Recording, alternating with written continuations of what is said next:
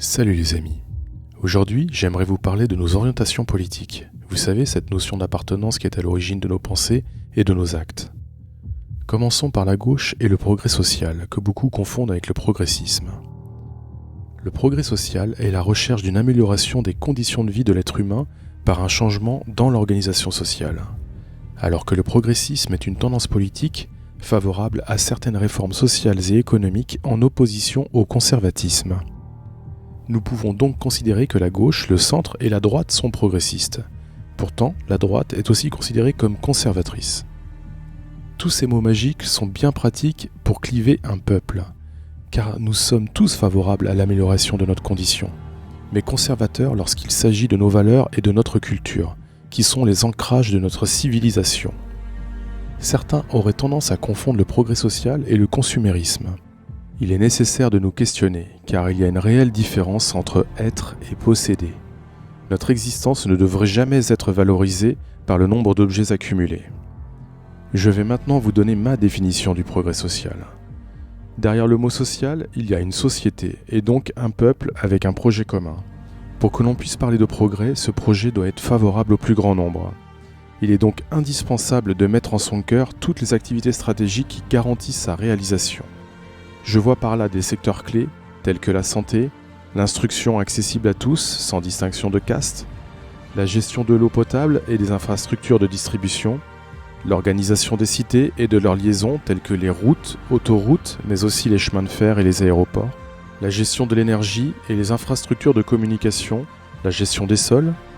Il y en a beaucoup d'autres, mais pour résumer, je dirais tout ce qui est absolument nécessaire à l'organisation d'un État, sans lequel il ne peut fonctionner, devrait être public et soumis à la volonté du peuple. Or, nous constatons une dérive visant à tout privatiser. Ne pensez-vous pas que nous avons déjà payé plusieurs fois nos autoroutes ? Combien même elles resteraient payantes et à un prix raisonnable, je suis persuadé que les excédents qu'elles génèrent seraient bien plus utiles pour financer l'instruction de nos enfants et le secteur de la santé, plutôt que d'enrichir des hommes qui ne savent plus quoi faire de leur fortune. Il en va de même pour la gestion de l'énergie. Croyez-vous sincèrement que les entreprises privées investiraient sur ce secteur s'il n'était pas rentable ? Et puis nos impôts financent des secteurs tels que les médias, dont le rôle initial est d'informer la population. Malheureusement, ils sont devenus un outil de propagande à la solde du pouvoir, pris en étau entre des aides publiques et leurs actionnaires privés. Comme si cela ne suffisait pas, il y a des perles telles que la privatisation de la Française des Jeux. Il ne s'agissait pas d'un secteur essentiel au fonctionnement du pays, mais il rapportait tout de même 10 milliards d'euros par an.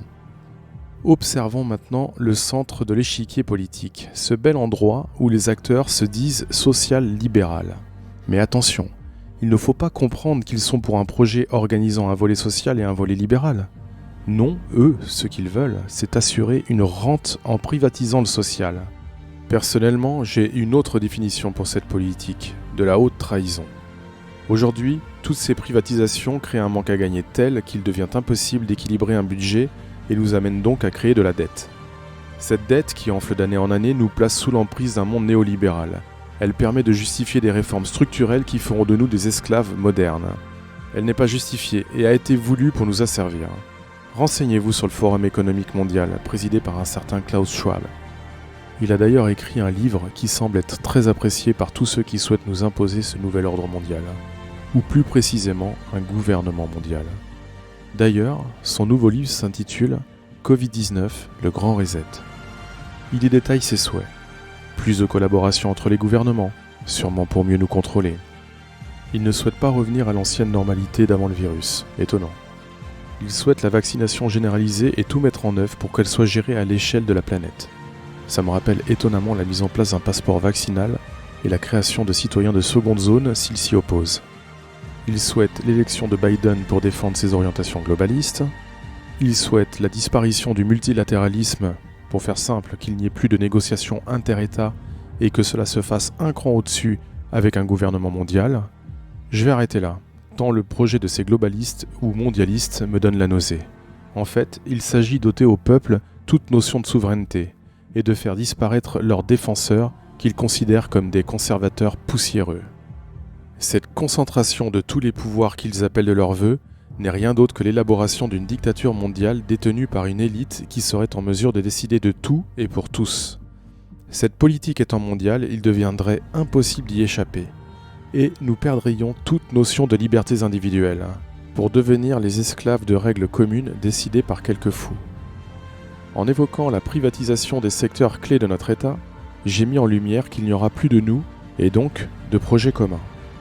Cela fait bien longtemps que nos élus n'œuvrent plus pour nous, et le contournement du référendum de 2005 sur le traité établissant une constitution pour l'Europe en est la preuve. Une fois le peuple écarté du droit et des orientations de la France, nous sommes entrés dans une Union européenne encore plus distante, et maintenant les globalistes visent une gouvernance mondiale. Il serait peut-être temps de se rendre compte que nous ne nous battons plus pour que notre pays soit plus social ou plus libéral, mais bien pour retrouver notre souveraineté. Une fois retrouvée, il faudra oublier ces notions de parti et d'orientation politique bien trop clivantes, et s'organiser pour défendre nos idées, et pas un package d'idées. Je suis pour des hôpitaux publics efficaces et une instruction de qualité pour nos enfants, mais je suis aussi pour que les créateurs d'entreprises ne soient pas assommés d'impôts ridicules alors qu'ils démarrent et ne dégagent même pas leur propre salaire. Je ne suis ni de gauche ni de droite, je suis un Français qui souhaite de tout cœur que son pays retrouve ses belles couleurs. Loin de ceux qui souhaitent voir se concentrer tous les pouvoirs entre quelques mains, ayant ainsi une emprise sur nos vies et notre santé, protégés de ceux qui souhaitent nous empêcher de rêver et de nous réaliser. Ne nous laissons plus berner par tous ces gens qui nous expliquent qu'il n'y a qu'une seule voie. Tout leur discours ne s'appuie en réalité que sur de l'idéologie. Si nous les écoutons, il y aura bientôt deux castes bien distinctes. Une très haute bourgeoisie et leur sujet comme aimait à les appeler l'ancienne monarchie. Comme l'a si bien dit Macron à Hollande, nous ne sommes les sujets de personne. Si vous avez aimé cette vidéo, merci de la partager, liker et de vous abonner. D'ailleurs, j'ai aussi une chaîne Odyssée et Rumble avec toutes mes vidéos pour qu'elles soient toujours accessibles en cas de censure. J'ai ajouté des liens dans la description, alors n'hésitez pas à vous abonner. À bientôt les amis.